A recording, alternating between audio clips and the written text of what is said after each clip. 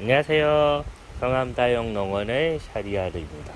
자, 오늘은 자꾸 환기가 중요하다 뭐 하는데 그 왜 중요한지 기본적인 거 이게 왜 중요한지 사람들이 이게 그냥 단순히 흙마름 때문이라고도 생각을 하시는데요. 흙을 말리는 효과도 있습니다. 있죠. 당연히 있죠. 그런데 그거보다 다른 요건 때문에 굉장히 좋아요. 중요한 거거든요. 일단 저희가 보면 광합성을 할 때 중요한 3요소 보통 넣거든요. 3요소 그러면 빛. 이게 이제 빛이 세기도 있고요. 강한 빛, 한낮에 빛이 파장이라고 하는데 그냥 뭉뚱그려서 그냥 빛으로 보시면 돼요. 빛. 그 다음에 온도. 온도가 32도 요 정도. 솔직히 C3 식물은 32도 선 넘어가면 이렇게 올라가도 이렇게 되거든요. 광파점이라고 했어요. 결국 요렇게 되는데 C4 식물은 계속 요렇게 올라가요. 일단 온도도 중요하고요. 두 개죠. 빛, 온도. 그 다음에 CO2의 농도입니다. CO2가 충분히 있을 때 확실히 광합성이 잘 됩니다. 제가 기공을 통해서 저번에 얘기해 드렸죠. 광합성을 할 때 기공을 통해서 낮에는 이산화탄소가 들어오고 산소가 배출된다. 이산화탄소랑 산소가 치환된다고 그때 얘기를 해드렸을 거예요. 그럼 구멍을 통해서 기공을 통해서 이산화탄소가 계속 공급이 지속적으로 되어야 광합성이 잘 됩니다. 근데 이 친구들은 기공 숫자가 적어요. 그래서 조금 남들보다 효율이 나쁩니다. 일단 거기서 이제 플러스 되는 요인들이 있어요. 그 중 하나가 바람입니다. 바람은 어느 게 제일 좋냐고 보통 얘기를 하면요. 너무 강한 바람이 불면 식물한테 해로워요. 별로고요. 보통 1에서 2m/s 연풍.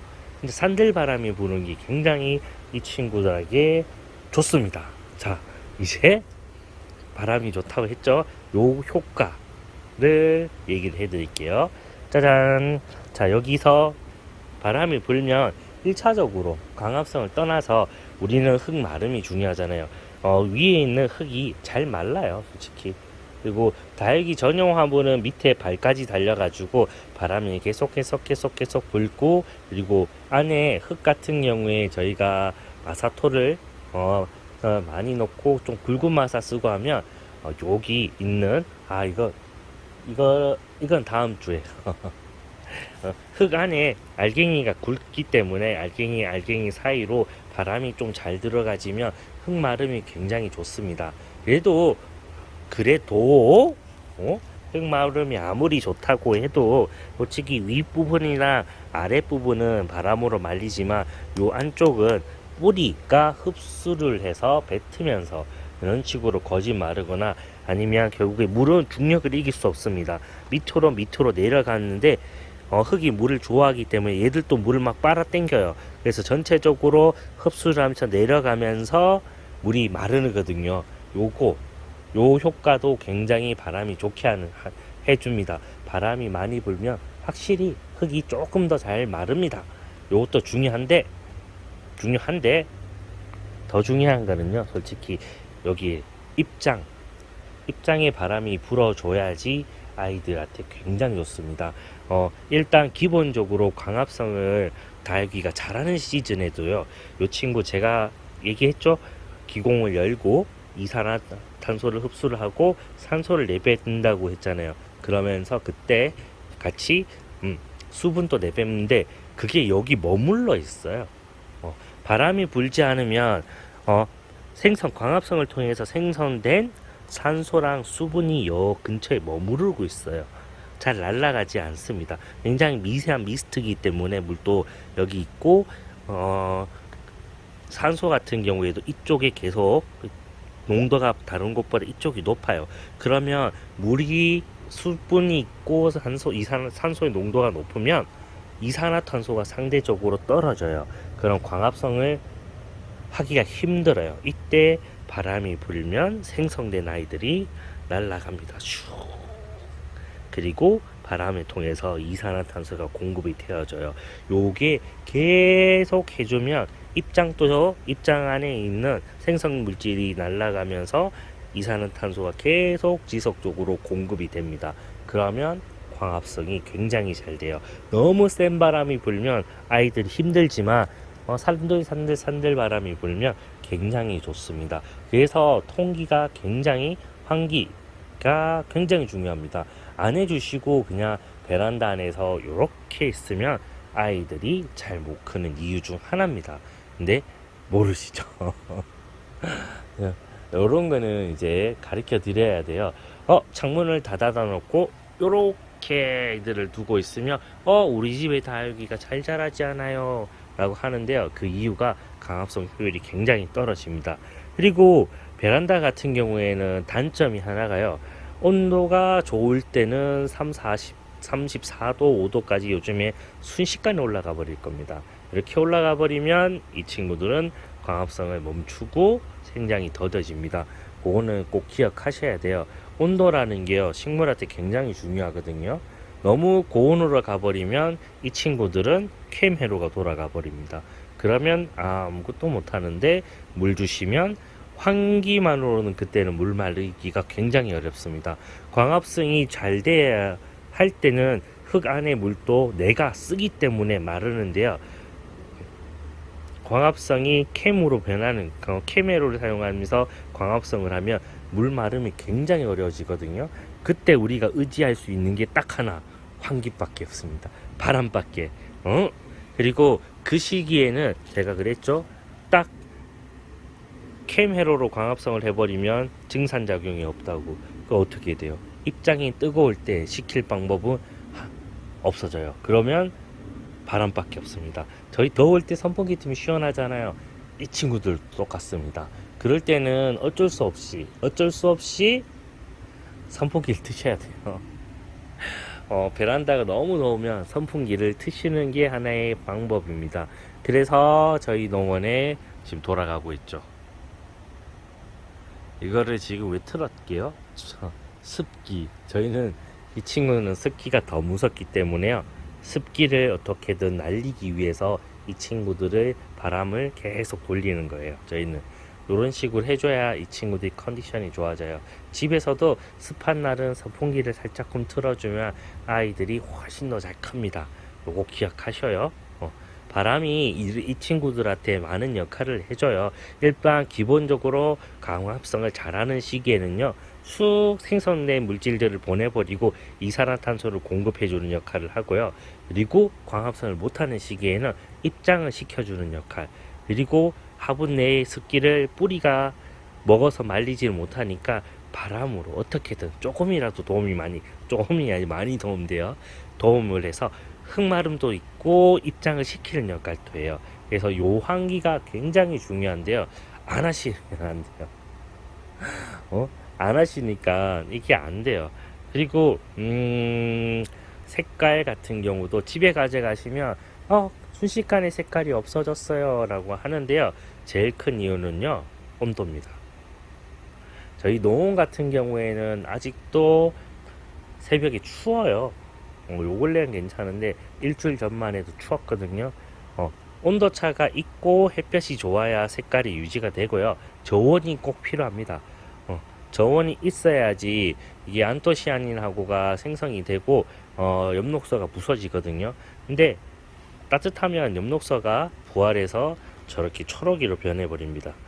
저는 어떻게 방법이 없어요. 요거는 식물이 생리기 때문에요.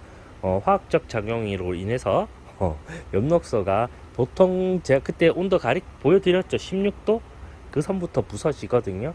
그래서 12도 요 정도 되면 아예 다 쓰러지는데 그 일장하고 온도가 같이 갔을 때예요.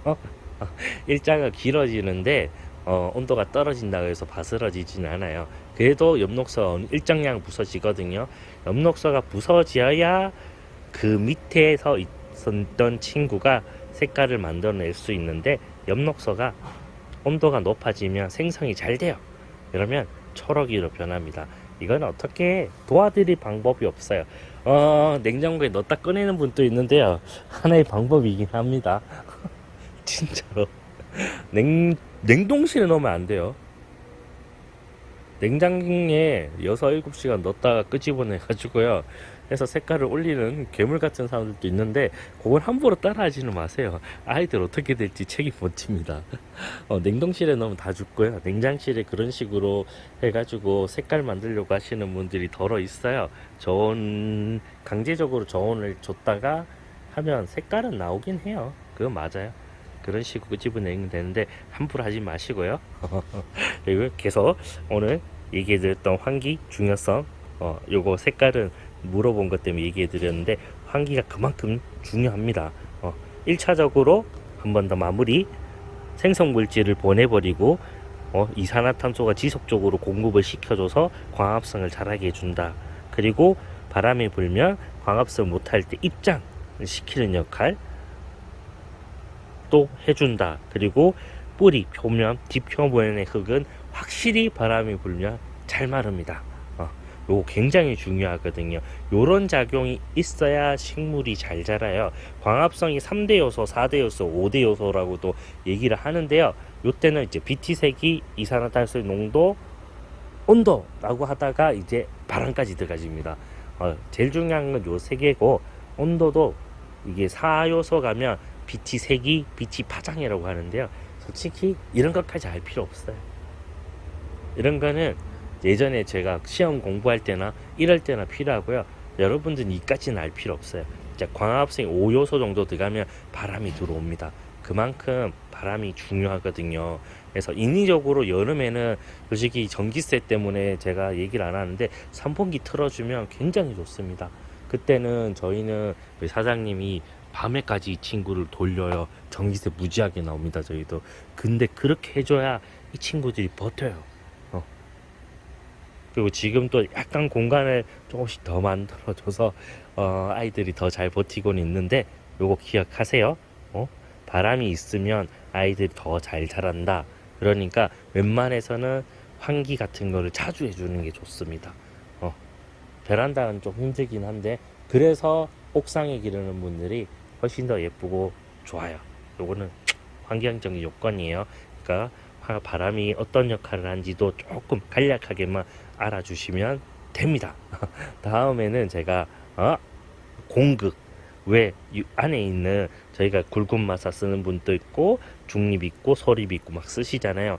요거 장단점 그것도 짧게 요건 10분 안으로 들어옵니다. 짧게 해서 설명을 해드릴게요. 그리고 꼭 기억하세요. 바람이 중요하긴 한데요. 너무 센 바람은 아이들에게 해롭습니다. 그래서 강풍으로 드시지 마세요. 연풍이 제일 좋아요. 모든 거는요 장단점이 있어요. 무조건 좋은 건 없습니다. 그러니까 바람은 살랑살랑 부는 게 좋고요. 너무 센 바람은 아이들에게 해롭습니다. 바람이 중요해도 요것도 기억하세요. 그리고 꼭 계속 생각을 하셔야 돼요. 어떤 거든 좋기만 한 건 없다. 장점이 있으면 단점이 따라옵니다. 요거 꼭 기억하세요. 제가 다른 거 설명할 때 또 한번 보여드릴게요. 얘기를 해드릴게요. 비료도 장점이 있으면요 단점이 있어요. 요거 물도 장점이 있으면 단점이 있습니다. 요런 거는 꼭 기억하세요. 제가 장점도 얘기하지만 바람 단점을 얘기 안 해드렸는데 너무 바람이 세게 하면 기공이 닫혀요. 숨을 못 쉬어서. 저희도 바람 너무 세게 하면 숨 못 쉬잖아요. 기공을 닫아버려요. 그리고 요거는 생리 쪽인데요. 바람이 너무 세면요 걔가 딱 맞아요. 뭐가 날라와서 얘를 딱 때려요. 그럼 죽어요. 입장이 굉장히 많이 상합니다. 밖에 같은 경우에는 잔모래가 후루루 날아서 입장을 다 때려가지고 입장에 구멍이 뻥뻥뻥 뚫리는 그런 경우도 생깁니다. 다 장단점이 있어요. 근데 집에서는 큰 문제는 없겠다. 그래도 넘어질 수도 있어요. 그러니까 바람은 무조건 선풍기 틀어주면 제일 약한 거 해주시면 돼요. 그럼 이제 구독과 좋아요 부탁드리고요. 궁금한 점 있으면 댓글로 남겨놓으시거나 찾아와서 물어보시면 돼요. 그럼 지금 이만 일하러 갑니다.